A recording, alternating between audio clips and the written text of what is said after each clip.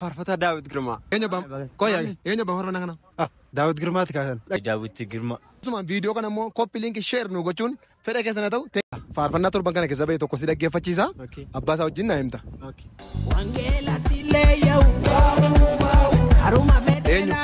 فارفتان باي جالدو فارفتا داود جرما Okay maalirra jira faarfannaan kun?